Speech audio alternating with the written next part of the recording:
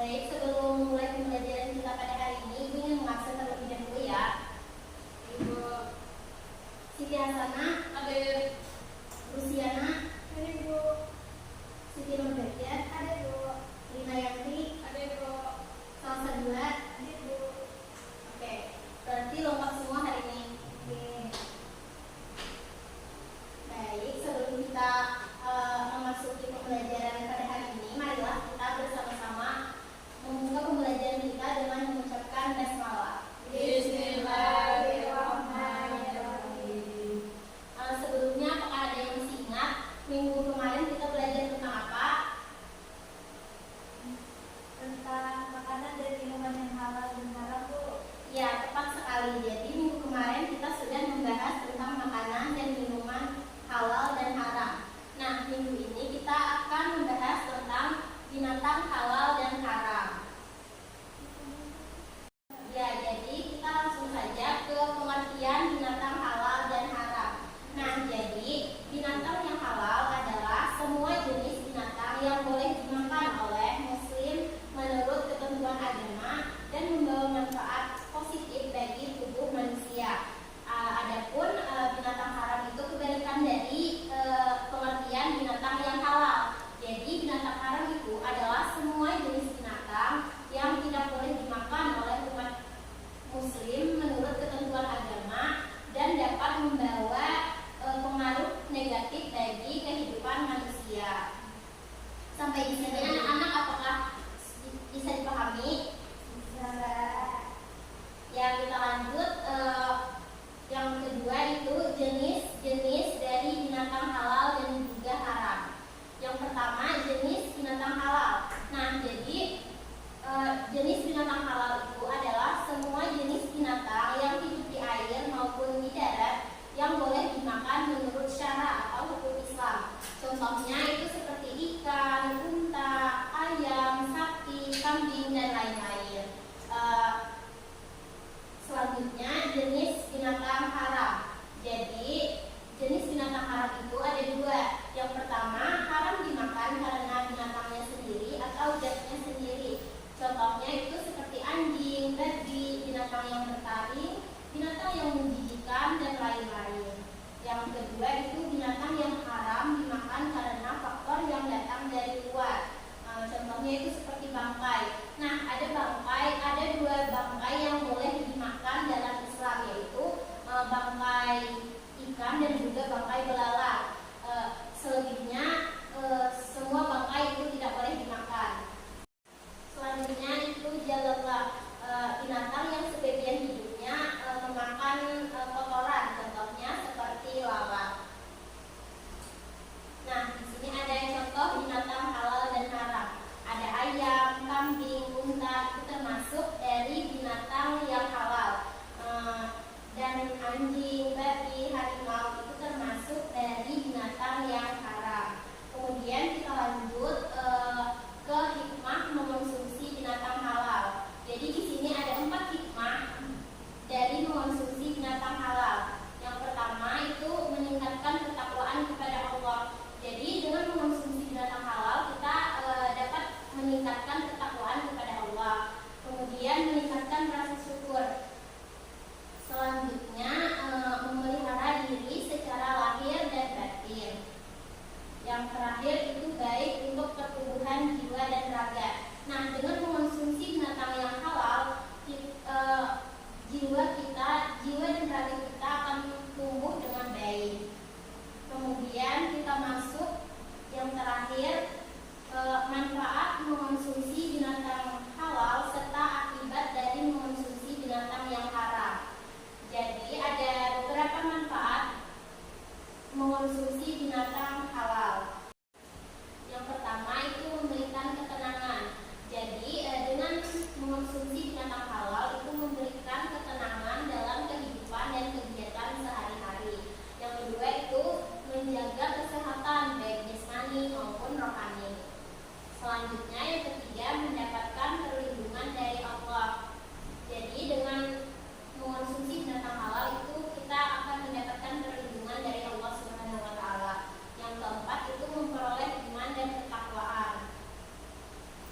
Yang selanjutnya memperoleh kepribadian jujur dalam hidup dan sikap yang apa adanya.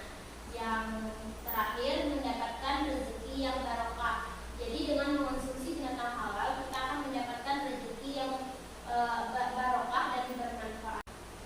Nah, itu tadi manfaat dari mengonsumsi binatang halal. Selanjutnya itu ada akibat dari mengonsumsi binatang yang haram.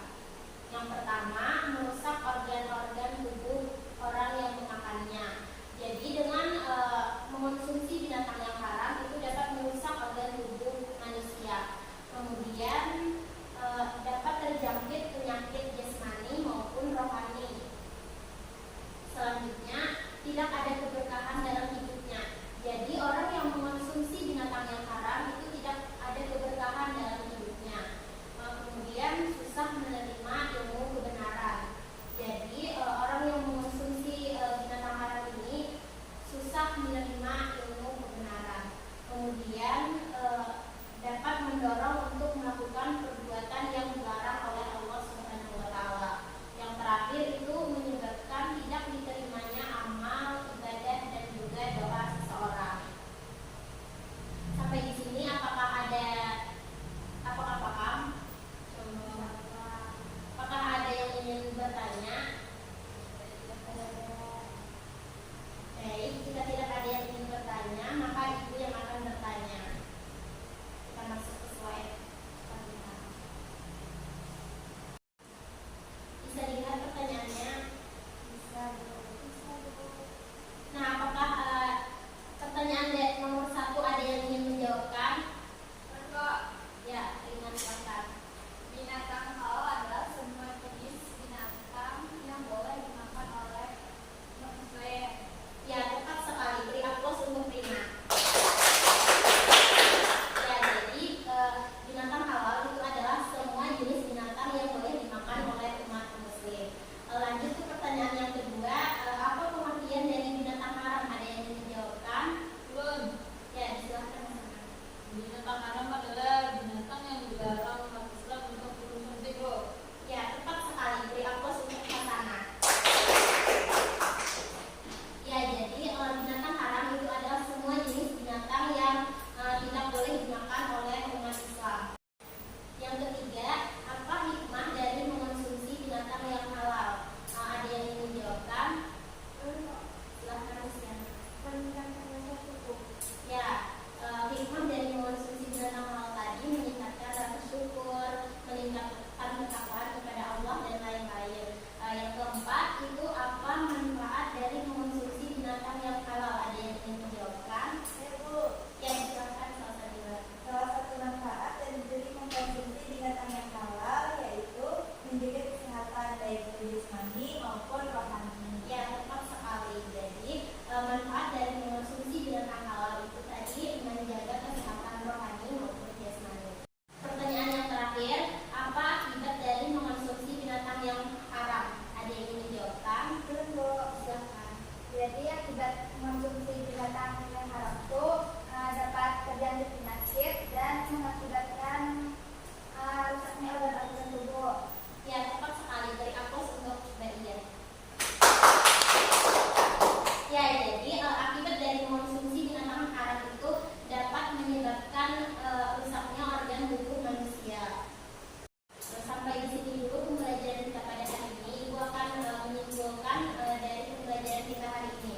Jadi pengertian binatang halal itu, binatang halal adalah binatang yang boleh dimakan oleh umat Islam. Adapun binatang haram adalah binatang yang tidak boleh dimakan oleh umat Islam.